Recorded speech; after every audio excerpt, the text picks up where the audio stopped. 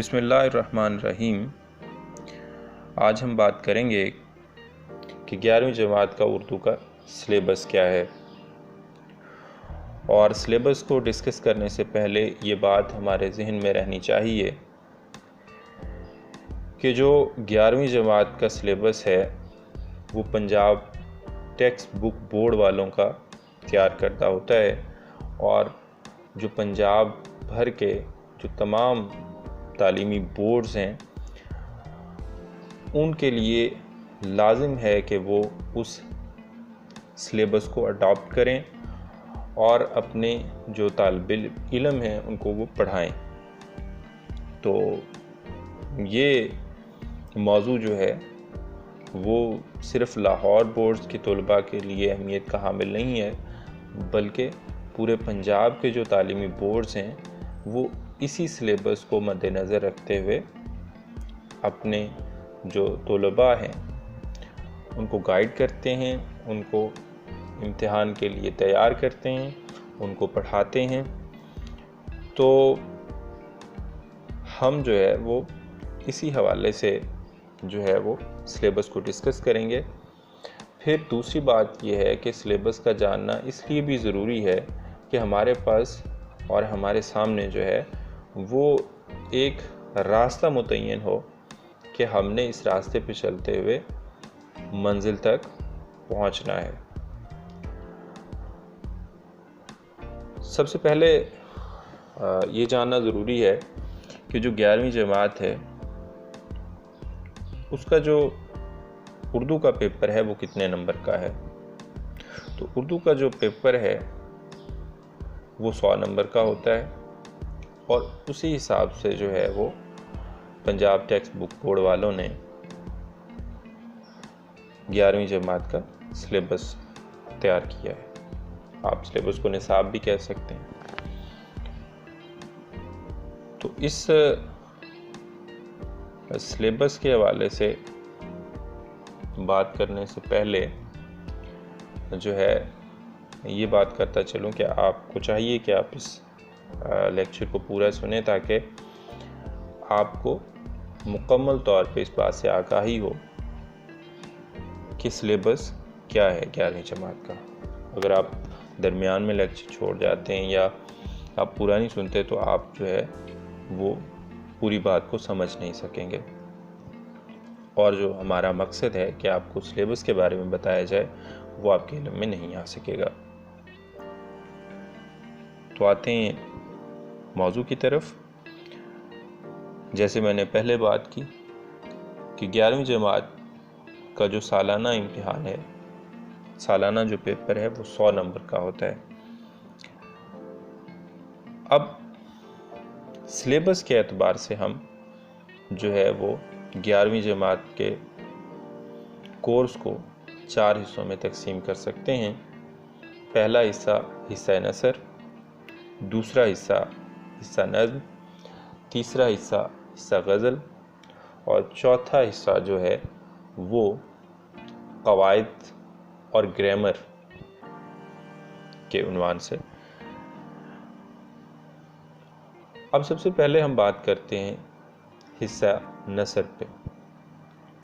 अगर आप जो पंजाब टेक्स्ट बुक बोर्ड वालों की डिज़ाइन करता जो किताब है उर्दू की, सरमाया उर्दू के उन्वान से, अगर आप उसको देखें और उसकी फहरिस्त को आप देखें तो उसमें सबसे पहले हिस्सा नसर शामिल है। हिस्सा नसर में 14 नसर के सबक शामिल हैं। अब इन सबकों में से 3 मुख्तलिफ किस्म के सवालात आते हैं। सबसे पहला जो सवाल आता है वो 5 नंबर का मारूज़ी के हवाले से सवाल आता है, और वो आपका जो मारूज़ी का हिस्सा होगा उसमें वो सवाल आएगा। यहाँ मैं एक बात करता चलूँ कि इससे जो अगला लेक्चर होगा वो इसी हवाले से होगा कि पेपर पैटर्न क्या है। हम अभी जो ये लेक्चर है इसमें हम डिस्कस कर रहे हैं कि सिलेबस क्या है, और वो जो दूसरा लेक्चर होगा उसमें हम बताएंगे कि आपका जो पेपर पैटर्न है और जो नंबरों की तकसीम है वो किस तरह से है। यहाँ पे भी थोड़ा सा जिक्र होगा सरसी तौर पर, लेकिन तफसीलन हम फिर उस लेक्चर में देखेंगे। तो 5 नंबर के मारूजी सवालात होंगे इन असबाक से। उसके बाद एक जो पैराग्राफ है उसकी आपने तशरीह करनी होगी और उसमें सियाक़ व सबाक भी पूछा जाएगा। फिर मुसन्निफ़ का नाम क्या है, सबक का उन्वान क्या है, इस हवाले से भी आपको बताना होगा। तो ये जो सवाल होगा इसके 15 नंबर होंगे। उसके बाद जो तीसरा सवाल है इस नसर से, वो किसी एक नसरी सबक का खुलासा आपने लिखना होगा और ये जो सवाल होगा ये 10 नंबर का होगा। उसके बाद हम चलते हैं हिस्सा नज़्म की तरफ। और हिस्सा नज़्म से एक तो सबसे पहले ये कि हिस्सा नज़्म में जो है वो 11वीं जमात में 13 नज़में शामिल हैं। अब इन नज़मों में से 2 सवालात पेपर की जीनत बनते हैं। एक जो सवाल है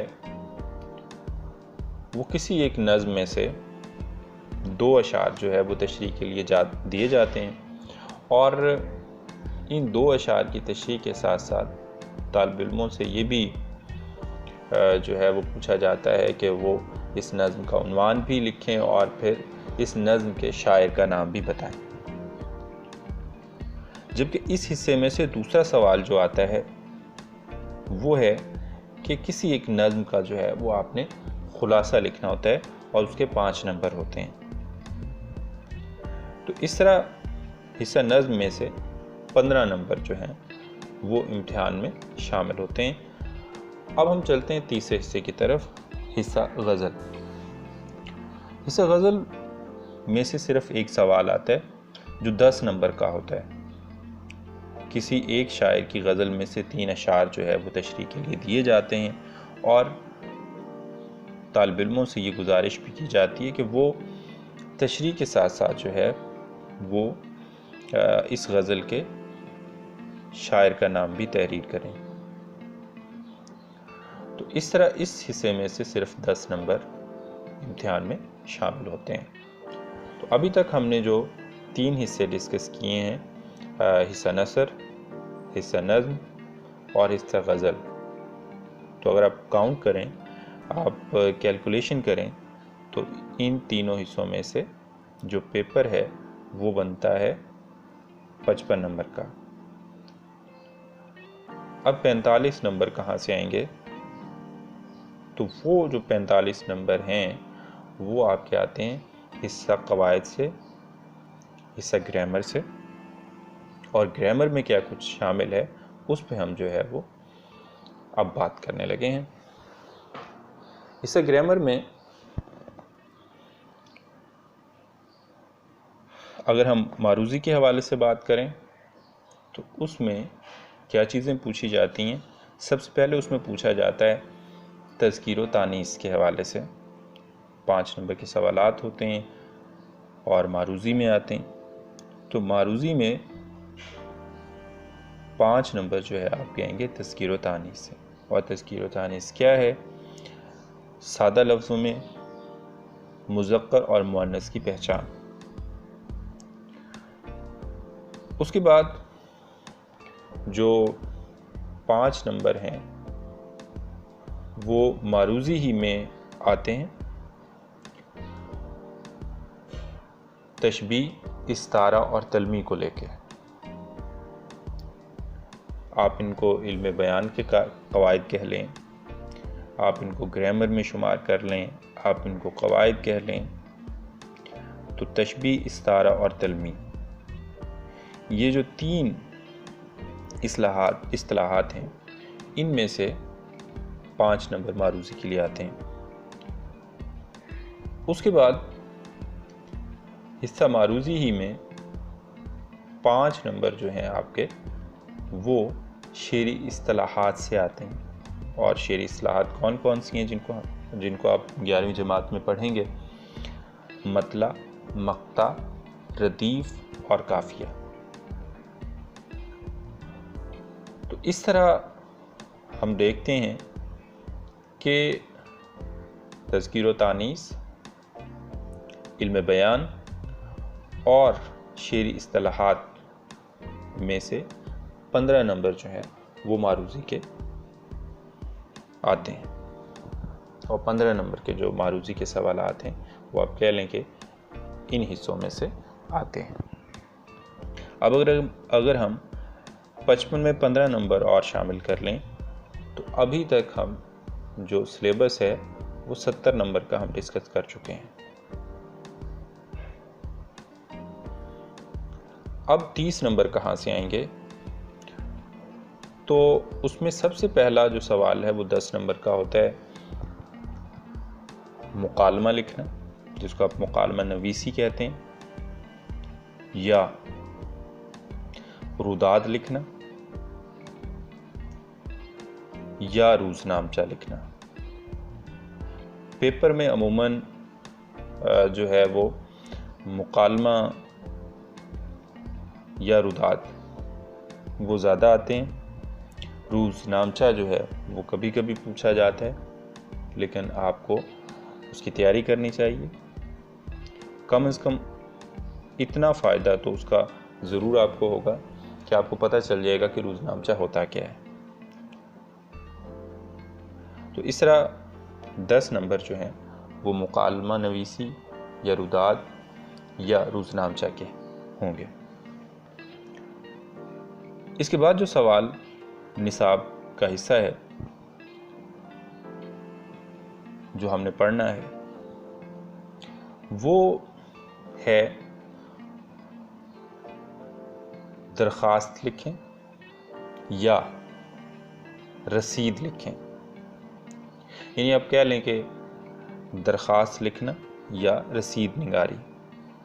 तो ये जो मौज़ूआत हैं इनके पेपर में 10 नंबर रखे गए हैं, और दोनों में से कोई एक सवाल आता है। या तो आपसे कहा जाता है कि आप दरख्वास्त लिखें, या आपसे कहा जाता है कि आप जो है वो रसीद लिखें। दोनों में चॉइस नहीं होती, कोई एक जो है वो मौजू इम्तिहान का हिस्सा बनता है। अब इस तरह हमने 90 नंबर का जो पेपर है वो डिस्कस कर लिया है। अब आखिरी जो इस पेपर का, इस सिलेबस का हिस्सा जो मौजू है वो है तलखीस निगारी। तलखीस निगारी से जो मुताल्लिक़ है वो 10 नंबर का सवाल आता है, और इस सवाल में आपने किसी एक पैराग्राफ की जो है वो तलखीस करनी होती है, और इसका एक रेलेवेंट जो मौजू है वो भी आपने तजवीज़ करना होता है।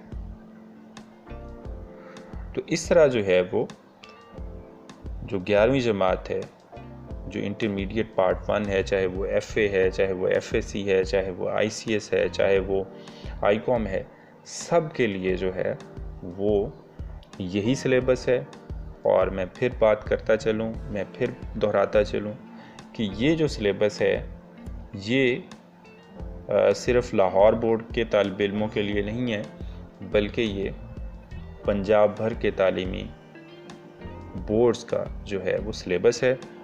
और जो है ये सब तालिब इल्मों के लिए इसको तैयार करना, इसको पढ़ना वो ज़रूरी है, ताकि वो जो सालाना इम्तिहान है उसमें बेहतर नंबर हासिल कर सकें, अच्छे नंबर हासिल कर सकें। आने वाले लेक्चरों में मैं आपको ये भी बताऊंगा कि एक तो मैंने आपको शुरू में बताया कि अगला जो लेक्चर है वो 11वीं जमात के हवाले से इस हवाले से होगा कि पेपर के नंबरों की तकसीम क्या है, पेपर पैटर्न क्या है, और कुछ बातें इस लेक्चर में भी हो गई हैं। फिर हम बात करेंगे आने वाले लेक्चरों में कि आपने पेपर को जो है वो बोर्ड की रिक्वायरमेंट के मुताबिक, बोर्ड की डिमांड के मुताबिक किस तरह से हल करना है, और आप किस तरह से ज़्यादा नंबर ले सकते हैं। इवन आप जो है वो 90 प्लस से ऊपर स्कोर कर सकते हैं। थोड़ी सी चीज़ें, थोड़ी सी बातें और थोड़े से जो पॉइंट्स हैं वो आप अगर ज़हन में रखते हैं तो आप अपने पेपर को जो है वो बहुत बेहतर अंदाज में हल कर सकते हैं। तो इस पे भी हम बात करेंगे। आज के लिए बस इतना ही। मुझे दुआ में याद रखिएगा, अपना ख्याल रखिएगा। अल्लाह हाफ़िज़।